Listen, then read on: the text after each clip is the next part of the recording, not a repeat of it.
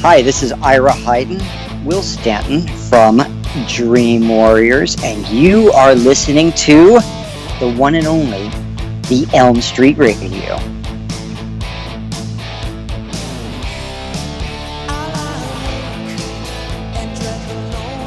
In your dreams, you have the power to be anything you can imagine. Welcome to Elm Street Radio, Dream Warriors. This is Paige. And this is Diandra. And today we are excited because we have an amazing guest with us, Mr. Ira Heiden. Yes, we do. Oh my goodness, the Wizard Master himself. With that incredible cape and those magic powers. Oh, I love him. He is so adorable in that movie. I mean, he really is, because he's like so soft-spoken, and then the look he gets on his face when he realizes he's in the dreams, and he's like, in my dreams I can walk, my legs are strong. I'm like, oh.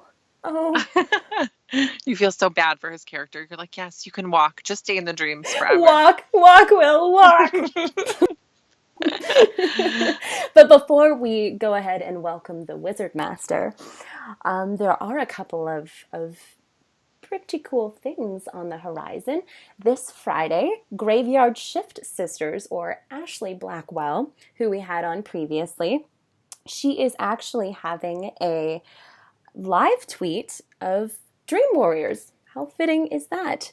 So that's this Friday, July 14th. Hashtag Friday Night Horror at 10 p.m. Eastern Standard Time.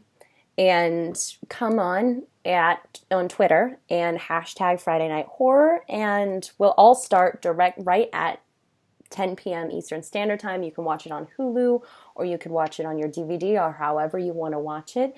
Just we invite you to join in on that really awesome live tweeting. Paige and I have done live tweeting before. Actually, of Dream Warriors, maybe that was the last one. It was the original. It was when we were promoting Don't Fall Asleep.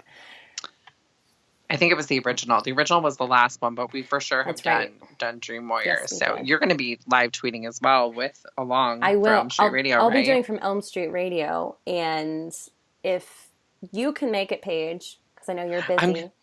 I'm going to try. I have had a very tedious travel schedule the past week, and so I'm making up some hours, and I told them, I said, I have to be home. I'm going to live tweet for Dream Warriors.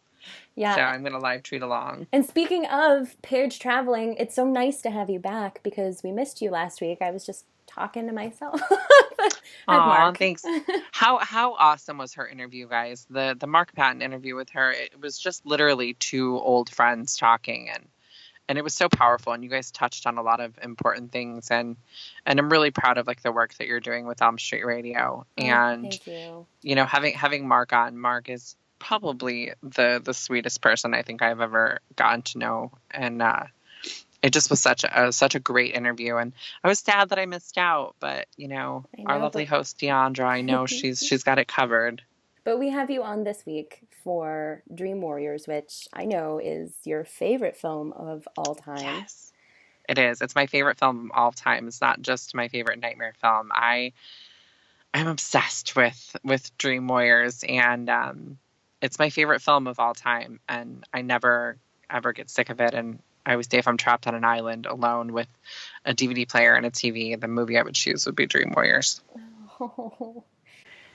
Yeah, it's just one of those really iconic films that, you know, if it's not in the number one slot, it's at least in the top 3. So really looking forward to talking to Ira, and not next weekend, or I think the following weekend, but a couple weekends from now, the beginning of August is Flashback Weekend, and I will be there.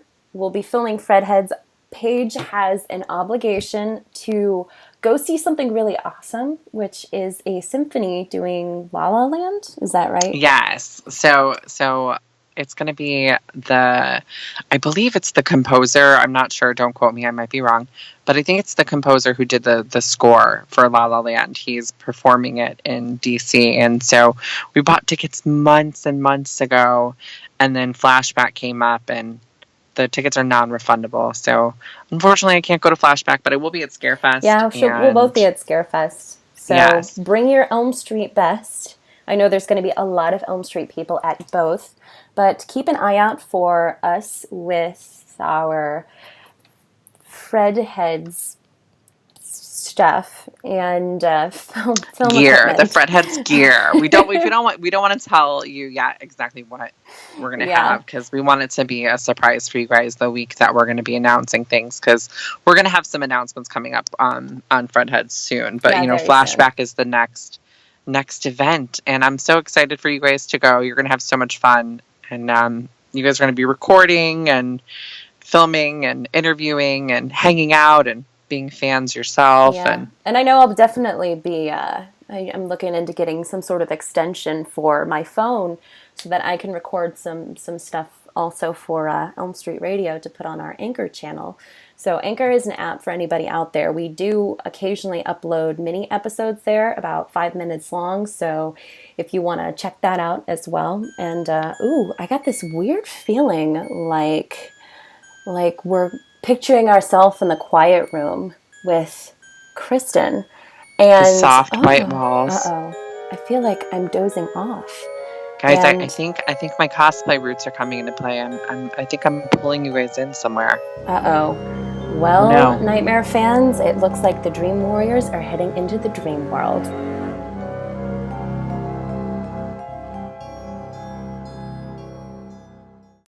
I'm the Wizard Master. I am the Wizard Master!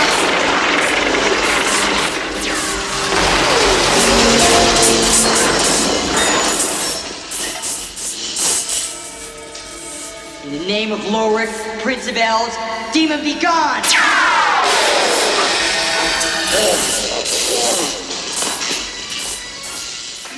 The Wizard Master is here. Diandra and Paige, welcome, as well as everybody else. Ira Heiden. Hi, Ira. How are you doing? I am doing just great, Diandra. How are you? I am fantastic. Have to tell you, I am fangirling a bit because the Wizard Master is such... You have one of those iconic characters, not just in the Nightmare films, but in horror. So it's really wonderful to have the opportunity to talk to you today. Awesome. I'm really glad to be a part of it. And with Paige as well, right? Paige, you're there. Paige is here. Yes, I'm totally here. I'm fangirling and just listening. I'm so excited that you're here. I know that the Wizard Master is probably, I want to say, the most iconic character in Dream Warriors. Everyone loves the Wizard Master, so I'm just super excited that you're on with us today. Well, you do realize that I was pre-Harry Potter, and maybe she got the idea of Harry from me. You never know. With the glasses and the haircut and everything, yeah. I'm not saying, but I'm just saying. So, as we all know here, that Dream Warriors is without a doubt the fan favorite of all the Elm Street. Without a doubt. I mean, everybody says it. People might have their favorites, but Dream Warriors is that fun but scary and beautifully done with the relationships of the characters horror film. It's one of those, people will often scrutinize the sequels and they'll say, usually horror films, sequels are rarely better than the original. But here we have not only the third installment, not the second installment, but the third installment, which is so extremely popular in horror in general. Right. It works out pretty cool. I mean, if you think about it, the first one personally scared the hell out of me. I was a kid in high school watching that, and then having the audition for 3, I was so excited to get that part. But even two was great. And I'm not putting it down. My buddy Robert Russler was in it, and my longtime friend Kim Myers. They did a great job and everything. It seems like 2 was just different, but 3, you could really tell that all the kids came together as a group, as a force, as one, going against Freddy, and I think that rocked. Yeah, and we love 2 here, and it is one of those. Though it is a great film, and it I love it. I know Paige loves it. We just had Mark Patton on last week, and we were talking about the influence of part two. But number three, it feels like a direct sequel to the original. It keeps with that main theme that goes throughout all of the Nightmare films. And Right. yeah. I definitely think that like it is the fan favorite, and just speaking with fans at conventions and stuff like that, that is the one that everybody loves. It resonates with so many people, and I think that it has to do with the fact that everyone was young teenagers going through their own things. So in that film, everyone has a character that they can relate to. It's not just one person on screen, running the whole film. It's a bunch of teenagers going through stuff. You have the Dungeons and Dragons, and the girl who wants to be the actress, and the girl who's kind of like in the grungy type band scene. And I think it just really relates to everybody. You've been doing the convention circuit now. How have the fan interactions been for you? It's been totally awesome. They've been great, wonderful. I mean, from people who are just totally loving the show to people who like can't quite get to me because they're so nervous. And it's like, come on, you're a human, everything's cool. It's been great. I mean, going to these conventions, I had no idea really, when we made this film, 30 years ago, this is our 30th anniversary, 30 year. I had no idea what I was getting into. I mean, I knew I was getting into a cool horror movie. And I was pretty stoked to get this job. I went through a lot. I had like 6 auditions. And I just didn't really know how big and how iconic it was going to turn into. So when we go to these conventions, like the first one I ever went to was, I believe it was Chiller in New Jersey. I couldn't believe all the fans out there. It was crazy cool. You know what I mean? That's awesome. Yeah, we definitely like the fans. We all hold this film so close to our heart. You mentioned that like you had a casting of 6 times you had to go up for casting. What was that like? Like, what was your casting process like? And were you a big fan of Nightmare before actually getting the film? Well, so I had only seen the first one. I hadn't seen the second one. And like I said in the beginning, that the first one scared the hell out of me. I was a high school student in Tampa, Florida. And I had to close my eyes pretty much watching the whole thing. I was scared, man. Freddy scared the hell out of me. So when my manager, Marilyn Sherman, said, "Ira, we got an audition for you. It's for Nightmare on Elm Street Part 3. I was like, oh, cool. This sounds great. So I got to go in, and I met with the casting director, Annette Benson. And she read me first, and then she had me come back and put me on tape. And then that went to Chuck Russell, our director. And then I met with Chuck a bunch of times, and he also had me read for Joey. And I don't know, as luck has it, I'm glad that I got the Wizard Master role. But that was the process, and I literally had 6 auditions to get it. And I finally, I never gave up. That's the motto: never give up. Yeah, and That's awesome. you speaking of getting the character. I was reading one of your interviews, and your cousin, I believe, introduced you to D&D. So you had some similarities to Will? Rodney Davis, yeah, man, my cousin in Tampa, Florida, turned me onto the game. I was like so excited about it. It was great. You can just throw yourself into this fantasy world. And so when I read the character as Will Stanton, and I saw that he was into D&D, basically what you saw was me. That was the easiest role I ever had to go after. I loved playing Dungeons and Dragons. I used to play with my friends and my cousin, and it was great. And I loved like the old J.R.R. Tolkien books, and so I really was into the wizardry stuff. So to get to audition and be that kind of character, it was great. And I actually want to tie in a fan question here from a gentleman named Lowell Greenblatt. He said, "Did you ask?" Or he asks, "Did you have a favorite D&D character?" Did I have a favorite D&D character? Nothing off the top of my head. I loved being a wizard with a lot of dexterity and a lot of health points to keep me alive. Well, hey, how about that? He loved being a wizard.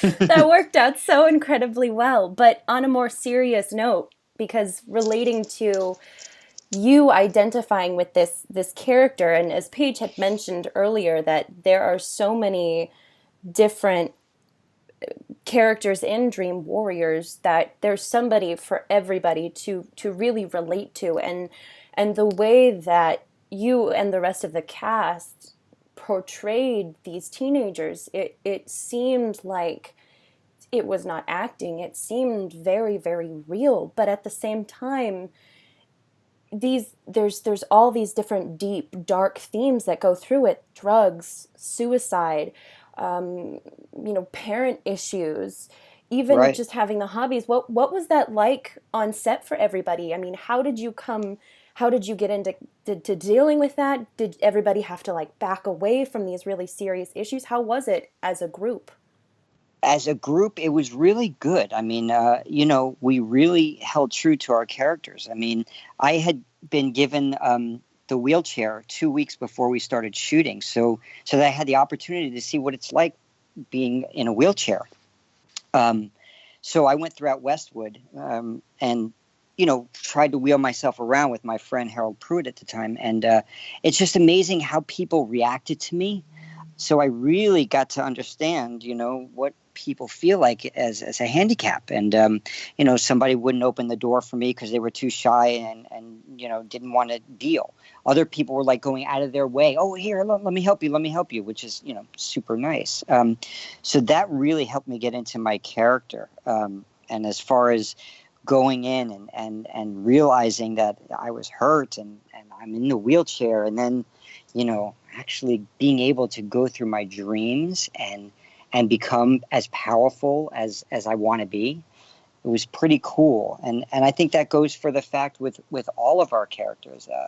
You see Jennifer, Penelope Sudra, you see how she was so into wanting to be an actress and really homing in on that. And then you see, Jennifer Rubin, Taryn, how she has to battle her addiction, but turns into this badass, and Rodney Eastman, of course, Rodney Joey, how he finds his character, he finds his voice. It's pretty awesome that we had our strengths and our weaknesses too. Yeah, I think that's why it's so popular. I think that so many people, like I said earlier, just can relate to that. I think that it hits home with everybody. I feel like those characters we could find something in those characters that we all relate to. I think it's just such a great thing. Did you guys film anything? Did you film anything specifically like that didn't make the cut to the film, or did you like make the character? Did you like improvise anything, or did you stick to script? We pretty much stuck to the script. It wasn't as improv-ish as a lot of stuff is maybe now or in these days. We were on a tight budget. You're talking about a low budget horror film from New Line Cinema. We had, everybody got paid scale pretty much. I mean, nobody got extra perks. We even met, I think a week before filming. We did a read through at Chuck Russell's buddy's apartment over at the Avco, above the Avco in Westwood. So that was a lot of fun. We went and had lunch, and then we all dug right into our characters. So there really wasn't much room for like improvising words. I mean, I'm sure we improvised a scream or two, Was that related to simply the tight budget, or was there anything coming from like the production crew or from Chuck that was, this is how it's going to be? Was it a little bit more, even in like comparison to the other work that you have done? Did it seem like everything was a little bit stricter than? It did. Yeah, much stricter. It seemed everybody was pretty much on their lines and did what they could do. It wasn't, let's just run with it. I mean, maybe not that I remember, but maybe there were a couple of takes afterwards. So like, we got it. Let's see what you could do now. Yeah. And so we've talked about, becoming the characters and reading through, and then now you get on set. And we talked to Mick Strawn, the production designer, a couple weeks ago. What was that like to step into your Wizard Master costume, to step into these elaborate sets? It was really, really cool. I mean, if you think about it, this was my very first movie. I had just literally moved out from Tampa, Florida, maybe 2 months before. Tried to give it the old go out in LA and landed a pretty cool film. So I got right on there, and being on the set, it felt so real. I mean, a lot of our stuff was shot downtown, across the street from the county jail in this warehouse. So we worked at late nights, and it was pretty scary. And then, of course, working with Freddy. I mean, come on, Robert Englund. It didn't make it easy. It was very, very real to me. And also working at the VA hospital in Westwood. A lot of these places that we used weren't even used for like 20 years. So there was like extra cobwebs. There was extra stuff going on that really kept it creepy. It made it for a very interesting and a great experience. That's awesome. So you mentioned working with Freddy. I'm gonna go off topic for a second, because you've worked with both Robert Englund and Elvira. So you've worked with two major horror icons in this industry. And I remember the first time I saw Elvira, Mistress of the Dark, I freaked out not because I was watching Elvira, but because Will from Me Dream too. Warriors was Me in too. it. I was like, hold on, pause, rewind. No way. And then I looked up and I was like, ah! I was like, oh my God. What was it like to really work with, two of the greatest horror icons of our time? You worked with Robert and Elvira. What was that like to work with them? It was super cool. I mean, again, you're talking to a young kid at the time, a young Ira, who really was just in the moment. They had no real idea of what was going on. I got to work with Freddy. Cool. Oh, and now I'm working with Elvira. Awesome. Cassandra was so cool, by the way. I got lots of side stories on that. But also, working with Robert, I mean, you're talking about a pro. You're talking about somebody who could just lead us. You just listen to him, and you listen to his stories, and you listen to what he says, and you're going to do okay, I remember specifically working my death scene with Robert, and I'm just trying to think of death, and I'm trying to think of all these things of dying, and really trying to work on that. And he's telling me jokes. Did you hear the one about? He didn't really help out that much in that sense. But you put it this way, I never really thought about those two icons. I mean, Elvira, Mistress of the Dark. Cassandra was so awesome to work with. I remember there were 40 of us at the callback, and then there was Chris Cam and Scott, and we finally, we got the job. And Ellen, we got the job as the kids in the town. And Cassandra could not have been any cooler, any sweeter, any nicer, and such a rock and roll chick. I remember going to set at like 5 o'clock in the morning and passing her trailer and hearing, "Welcome to the jungle." I mean, she's blasting Guns N' Roses God, I feel never like we'd before. Be best friends. Like never before, right? And she's like, "Oh yeah, you got to check them out." I'm like, "Okay, sure, sounds good," because I was a huge rock and roll fan. I love Dokken, especially Psych, that they got on the soundtrack for Dream Warriors. That's but awesome. I mean, it was great to get to work with both of them, and I can thank my friend Sherman Allen for helping me with my interview for Elvira, Mistress of the Dark. He helped me get my right lines with, "Can you have you seen the size of her gazungas?" That was it was pretty awesome. I wish I had a cut track of that. Have you seen the size of her gazungas? Gazungas. Will you look at the size of her? Whoa. She was great. And that whole crew, that whole cast, Sam Egan, the writer on it, and Jim Signorelli. I mean, again, I had no idea I was working with such professionals. And I look back at it now, Paige and Diandra, that it's so great and it's so cool, and it leads back to going to these conventions when you go back and all these people love these movies. It's pretty cool. I feel like a lucky child, man, lucky kid. That's awesome. You guys are working on a documentary, aren't you? Yeah, we're doing a Blu-ray's going to come out soon for Elvira Misses of the Dark. What is it? Cinespectral Films. Their Facebook page is releasing it. It's a Blu-ray DVD, and it's going to have 100 minutes of behind-the-scenes stuff, documentary, special features. So it's going to be pretty cool. People got to check it out. That's really awesome.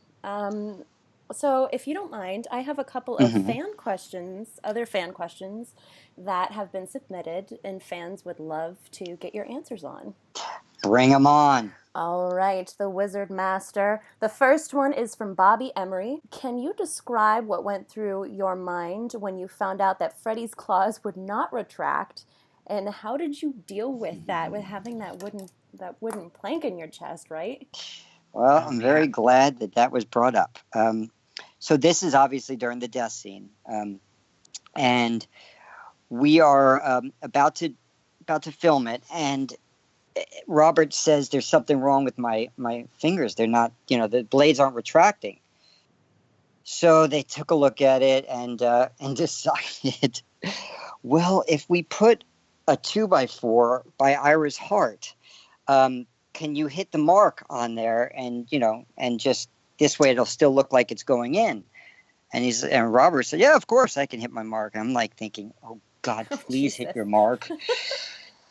Like, please. Don't tell a joke at this time, Robert. Don't tell a joke. Just pay attention to what you're doing. Robert, this is not a funny. Robert, if you kill me, my mom will kill you. So, they had to lift me up because I was on a harness. And sure enough, he grabs me and sorry, kid, I don't believe in fairy tales, and does it and hits his mark every time like a true professional should. Oh, thank goodness, because let me tell you, it would have been so sad if we couldn't have had this lovely discussion with you. And for you to go on and have all of these really awesome things that you're working on. So what else do you have coming up? Oh, I'm glad you asked, Diandra. So I have a couple of things coming up. So I'm doing voice work on an awesome TV show that my friend Michael Seitzman is the creator on, called Code Black, with Rob Lowe, Marcia Gay Harden, Luis Guzman. So people have to check that out. That's on CBS. And that'll be coming for season 3 soon. And also working on a movie that I told you a little bit about before called The Raven, the Crow, and the Dragon. And it's a story about Brandon Lee, who is a friend of mine. And his best friend, Bill Allen, who, I don't know if you guys are fans of 80 movies, Rad. Do you remember the movie Rad? I do not. It sounds familiar. It's a BMX movie. Anyway, he was the star in it, and he was best friends with Brandon. Obviously, it was a tragic loss. And Bill decided to write a script about his time with Brandon and everything, and then we brought it to our friend Lou Diamond Phillips, who was also a buddy of Brandon's, and he read it and said, I like it. I want to redo it. I want to co-write this with you. So that's what we have right now, a co-written script by Bill Allen and Lou Diamond Phillips. We have Robbie Krieger from The Doors, the guitarist from The Doors. He's our executive producer and dealing with music, and he already wrote our theme song. And he is also trying to get Eddie Vedder possibly to sing the lyrics. I mean, that would be super cool. That is so cool. So bitchin'. Oh my gosh. So I definitely wrote all of those down. So I will make sure not to miss them. Elm Street fans, make sure you write those down as well. Another fan question for you from John McNeil. He asks if you ever read the script that Bruce Wagner and Wes Craven had wrote for Dream Warriors, that actually Will was Laredo and had like long hair, and it was really, really dark. It had its similarities, but it was very different. Did you ever hear about that or read it? Do you know, it's funny. I heard about it from your show. Didn't you guys do an interview with the people that are with Bruce? No, we did it with our No. friend Anthony. We just With- talked about it like from a fan perspective, looking at the difference between the script and from the Dream Warriors that we know and love. And so that was with Anthony, yeah. Right. Okay. Because no, I never knew that, but it's really interesting to hear that. I mean, you know, I guess my character was a little lighter than this guy, and dark hair too. So I'm glad that they changed the role. But no, I'd never even really heard about it. Have you ever heard about the Freddy's Dead script? How they were going to bring some of the original Dream Warriors characters back as guardians, so to speak. If they ever did that, if they ever did bring more Dream Warriors characters, would you have came back to the franchise for it? Of course, for sure. You know, Chuck said that when they were editing my role, that he said, you know, the people are going to be really upset that you get killed. I would have loved to be a part of 4. I would have loved to be a part of Freddy's Dead, but obviously that didn't come to fruition. Do you have... Your character was one I was sad that died. I was Me sad too. that Will died. I was like, why couldn't he just make it? He's the Wizard Master. Like, he's so... And when you're there and you go, no, I was like, no! I mean, it was like this painful scream. And I was like, oh no, my heart. I know. I have to tell you, you know, that's one of the things about my character. He truly believes. He believes in what he's saying. He believes in what he wants and believes in what he does. And, you know, I truly thought I could take Freddy down. Can you imagine? Yeah. I thought that would be so cool. So the pre-Harry Potter cursor takes down Freddy Krueger. Yeah. So that leads me to another question. What lessons do you think that Will has for young people in watching him and watching how he's in the chair and him, you know, believing in being the Wizard Master and coming up with such force against Freddy? I mean, what kind of lessons do you think Will and even Dream Warriors as a whole can offer young people and fans who watch the film? You know, if you look at the characters and you look at what we went through, you'll see there's that certain gleam in all of our eyes. We believe, you know what I'm saying? We believe that there's a way. There's a way to get out of the mess that we're in, the current situation, the doldrums. You have to believe. That's first and foremost. And I think my character really, again, believed in what he wanted and truly was driven by his creations, by Dungeons and Dragons. And I've run into many people that have had, you know, a lot of difficulty with their times. One of these guys had lost hearing in his ear, and he was really down and depressed, but he would watch this show over and over again, and he got himself better. He healed himself because he believed in my character, and he believed that there's a way. Yeah, that was pretty cool. I was working on a Snickers commercial, and this guy comes up to me, and he was with the set department, and you know, he was like, "You were Will," and I said, "Yeah, man, yeah."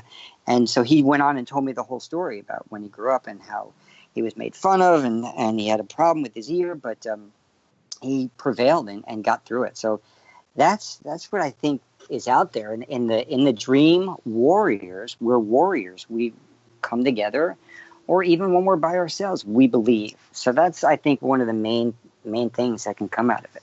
That gives I me think chills. I was gonna say that's like the feeling that everyone has when they talk about Dream Warriors. I think for this film really saved a lot of people's lives. You know, my favorite line from Dream Warriors is one that, like, Nancy says, and she says, in your dreams you have the power to be anything you can imagine. And I think that statement really is so powerful because it tells you that just keep dreaming, just keep being who you are, and things are going to happen for you. And, you know, the characters in the films, you know, the characters really took that in and believed in themselves, and it showed the empowerment and courage that they had to go up against Freddy. And Freddy really is symbolism. He's not just some Night Stalker with a knife. He really is a symbolism because everyone has a Freddy, and everyone has something that they have to go up against. And your characters really portrayed that well, that you can do anything if you put your mind to it. Yeah. It was really cool. And I know you mentioned that gentleman, and I know Paige and I, on our own personal levels, have used A Nightmare on Elm Street to overcome something, or to get that extra oomph watching these movies. One of the things that actually helped me was how when Nancy comes back in Dream Warriors, and they call her the grad school superstar, so to speak. And I decided after that movie that, I wanted to be the grad school superstar, so to be, and to work hard. And it's amazing how when you watch a movie and you look at these people, and like how Jennifer Rubin's character Taryn, how she is like kind of shy, a little bit troubled, and then she comes into these dreams and she's beautiful and bad. And when I was younger, to a certain extent, I kind of felt like I had this bushy brown hair, and I wish I could have been, like a rock star in my dreams, and I was. And so, it's like little bits and pieces here and there. And I actually had my short love affair with Dungeons and Dragons myself in college. Some friends and I would play it. I was awful at it, and that's why it was so short. But I mean, it's like these little things from each one of these characters that is just amazing. And what do you think about a movie like that in the past, and looking at some of these movies today with kids in them? What do you think that they're missing the human element? Do you think they have the human element? What can somebody do to create art that represents life and a message like Dream Warriors does? I think there's a lot of movies out there that have that capability. You're talking about different times. I mean, I think what we did back then was so raw, so iconic, but raw. It was just built on what we did, and I feel like there's movies out now that have so much more technology that sometimes can get in the way. But there's that. How do I say it? There's some of these movies that maybe with the young characters they miss the beat, and then that also could be Diandra and Paige. It could be more of the script. Our script really gave us the opportunity to do what we did, and believe and be who we were. You know what I mean? I think in a lot of ways, even if you look at Harry Potter, those kids as well have their moments, and they have their moments to shine. So I think there are a lot of good stuff out there now. I'm not going to certainly get down on any certain movie. Yeah.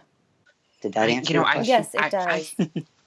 I feel like a lot of like the indie films, I feel like a lot of the like lower budget stuff is where a lot of the good stories are, where it's just really good, fleshed out, developed stories.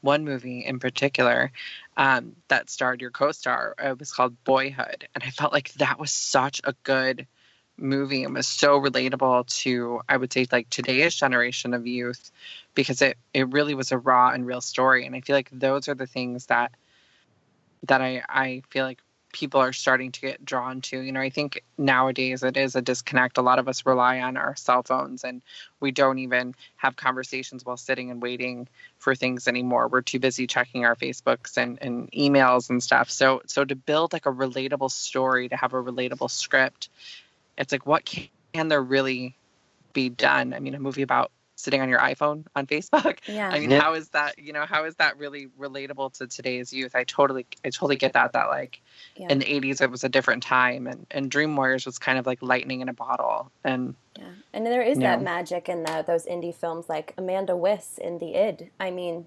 there are so many of these films in the behind the scenes that not a lot of people get a chance to see, because maybe it's not out there and they have to do a little digging, and that is just these raw, beautiful life-shaking movies that when you watch them, they make you feel something. It's not just a blockbuster hit. It's a story and a message. And I think going back to our main point, that's why, Dream Warriors is so incredibly powerful, is because it is almost magical. It's powered by that script, like you said, Ira, and these characters. And I think it does take a little digging, but I think that they're still very much there. And yeah. Got a little deep there. On a lighter note, I have a subject I want to bring up to you, Ira, because I know that you were like a big Dungeons and Dragons fan, and I know that you really love this film and really loved your character. One thing I have noticed is that toy companies have created action figures for tons of different Freddys and tons of different films. Why do you think it is that they've never created a Dream Warriors action figure?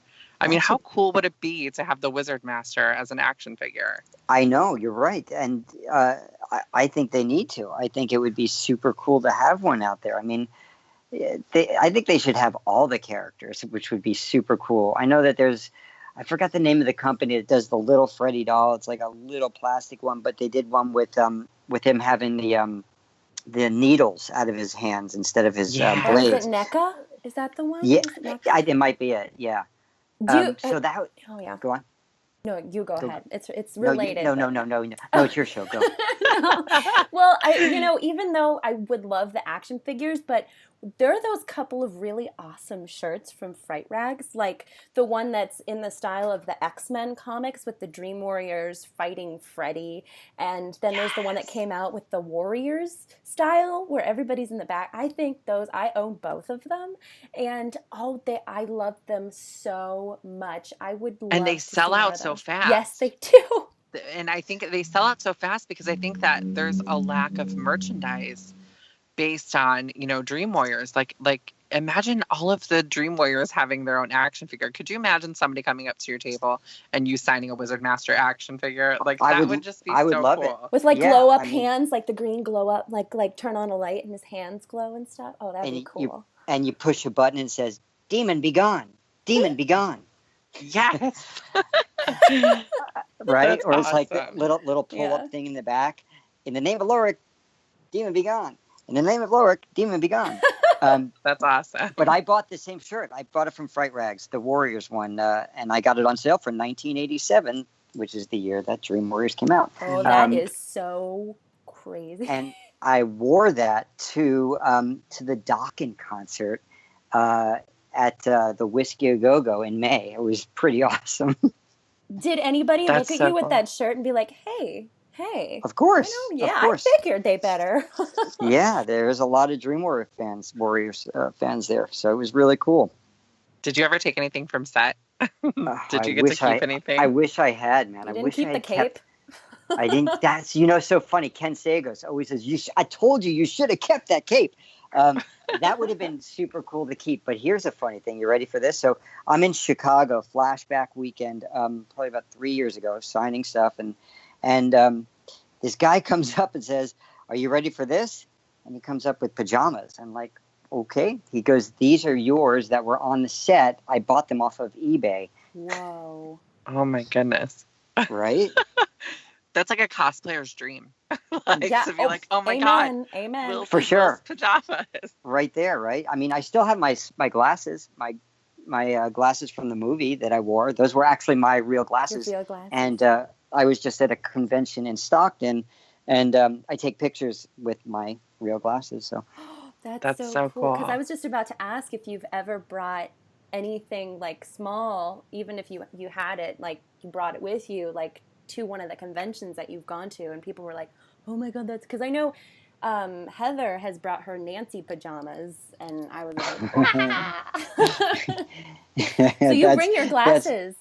I do bring my glasses. I think once I brought, Robert signed a bunch of pictures for us all, I think, gave us all separate pictures. And one is him holding me up and saying, "I don't believe in fairy tales, now die ass or something like that. I brought that to have people look at, which is fun. That's so But no, cool. I didn't have anything else. I wish I had kept my shirt. New Line Cinema gave us a shirt that said Dream Warriors on the front. It was a long sleeve red shirt with on the back it said 1-2 Freddy's coming for you, 9-10 never sleep again.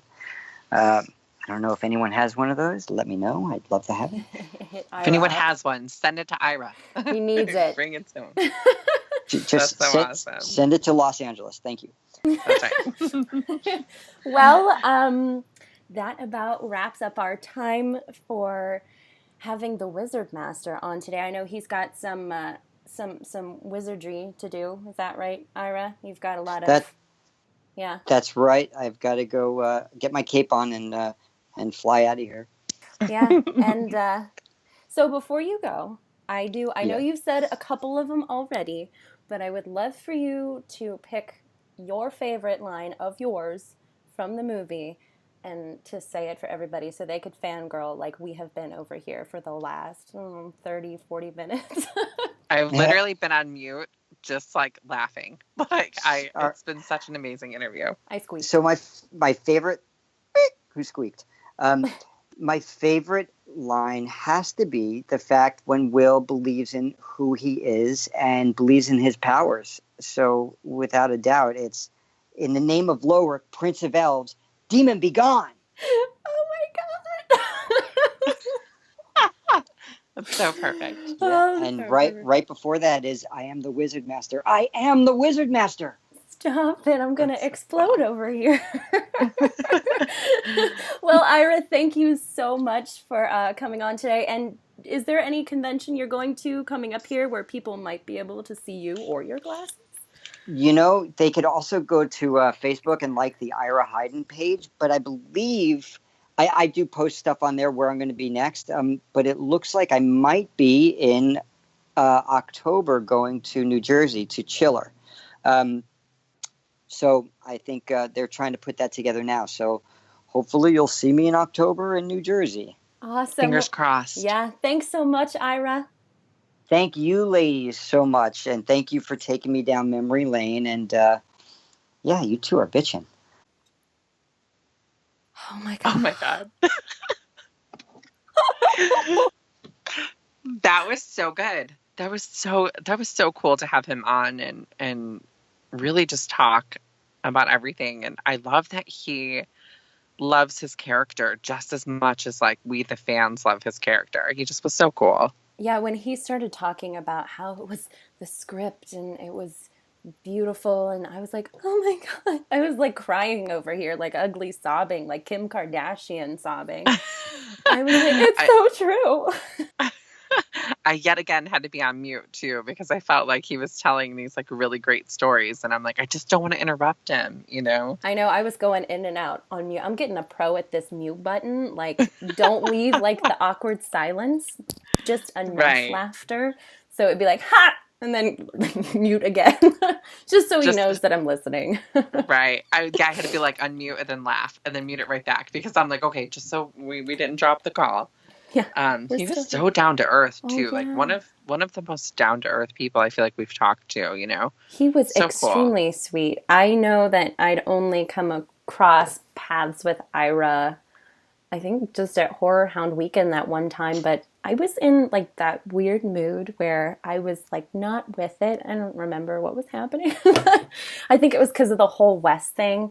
We were kind of shell-shocked from that still as fans, but that was great to finally have the opportunity to just talk to him, just the two of us, and to hear his stories about like the audition process and D&D and some of the behind the scenes. I mean, that's why I love doing this because it's so, you know, when you go to conventions and when you have this, it's two different things because when you're at conventions, there's a lot of noise. Everybody has their own convention phase. Since you and I do conventions and usually when we're at conventions, we have like a persona or a plan to do. It's almost like we just, you know. I call it convention mode. Yes, I say convention that when we're mode. Convention, we're in our convention mode where we're very, I don't know how to say it the right way. We're ourselves. We're the best version of ourselves. The best version of ourselves. We're a little more on notice that people will be watching us or coming up to us and talking to us. Yeah. And they're the same way. Yeah. Right. Yeah. And so this is more relaxed. This is more of a relaxed setting. And I love that. And when we met him, I think you and I met him at the same time at Horror Hound. And inside I was like dying because, Dream Warriors is, it's my favorite film. It's not just my favorite nightmare film. It's my favorite film of all time. And to be able to kind of be in this world now, you and I, and get to do all these fun things that we get to do, and to literally just be across from the Wizard Master himself, I was geeking out and dying inside, but like, stay professional, Paige. Yeah. I mean, so when he came on the show, it's like, it's like, this is so cool. He's just such a down-to-earth, very cool guy. Yeah, because, I mean, we have this moment of, like, being down-to-earth, but at the same time, had to mute those. And I did have a couple escape little fangirl moments, but it is, because they're just, everybody knows, I'm going to state this for the whole general public, believe me, people know that they're just people. But the fact that they portray, or we've seen them as themselves in interviews, like on YouTube videos or Never Sleep Again, and they seem like really genuinely wonderful people, and to actually have the chance to talk to them, it's impactful. Like we have said so many times, and the whole reason we're making Fredheads is these change our lives, and you get to talk to somebody who's been a part of something that has really made you who you are today, and you just get so excited because you like want to talk to them and ask them every question in the book and burst from the scenes and be like, you just changed my life. Like I can't even describe it. It's impactful. I think that those are some of the questions that we're gonna bring up to in Fredheads. If we get the chance to talk to some of these stars who have been in Nightmare, one of the things that I think we will be bringing up is, how does it feel when fans come up to you and tell you that, you changed my life? And when you signed on, it was an acting role, it was an acting gig, it was your life was being changed. How does it feel 30 something years later when a fan comes up to you and says, you changed my life? And him telling that story about him working on the Snickers commercial and the guy coming up to him who's working in the industry and says, you were Will. And he's like, yeah. And he's like, you saved my life. And how he put his mind to it to heal himself. Yes. That's so impactful. That is what this movie is about. And that is why A Nightmare on Elm Street stands out over any other horror film, and I will stand on record and say that this franchise stands out over anything. Me too. And yes, I had something really powerful to say, but I got so excited and so into what you were saying that I lost it. So I'm just going to say yes, absolutely. But next week, everybody, we are having on Alice Johnson, a.k.a., well, actually, it's Lisa Wilcox, a.k.a. Alice Johnson, who is one of the most badass, pardon my French, final girls in all of horror. And because not just Elm Street, I mean, Alice, when she comes out with those studs in that leather outfit and she's like, fucking A, and get away from him, you son of a bitch. I mean, what? And she got the kung fu moves. I cannot wait to talk to her. Exactly. It's extremely iconic. And so we have her on next week. So we have an event on our Elm Street Radio Facebook page where if you click on the event, there is an image that says questions. Leave them down below. So please leave your questions there for Lisa, or you can leave them on the event comments itself, and we'll make sure to get to them and write them down and get to as many as we possibly can. And then the following week, we are having Toy Newkirk from A Nightmare on Elm Street 4, Sheila, who we discussed with Ashley Blackwell of Graveyard Shift Sisters not too long ago. And speaking of Ashley, she is actually going to be on that show speaking with Toy, and this is the first time she's speaking with Toy, and Sheila has left such a huge impact on her life. So that is going to be an amazing episode. It's going to be amazing. I feel like you and I are probably going to once again be utilizing that mute button and just being so like in awe of listening to them talk, because Ashley she's amazing in her own right, and I love that she's a fan, and Toy is amazing, and I literally just can't wait to hear them have a conversation and kind of like a retrospective of the character of Sheila, and that's what I'm looking forward to. And Toy is looking forward to speaking with Ashley because she's read what Ashley has wrote, and so it's like Sheila is talking to Toy. Sheila is talking to Sheila, and that's going to be a hell of an episode, so can't wait. But Lord, it looks like we are really pushing it with this time. It gets longer and longer every week because we just have so much to talk about, and but I love it. It's nice to have a chance to not only talk to one of my best friends and the people who have changed our lives, but to be able to talk about the subject matter that is constantly on our mind. Right.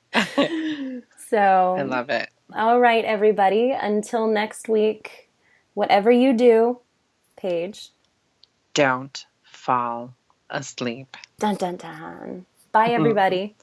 Bye, guys.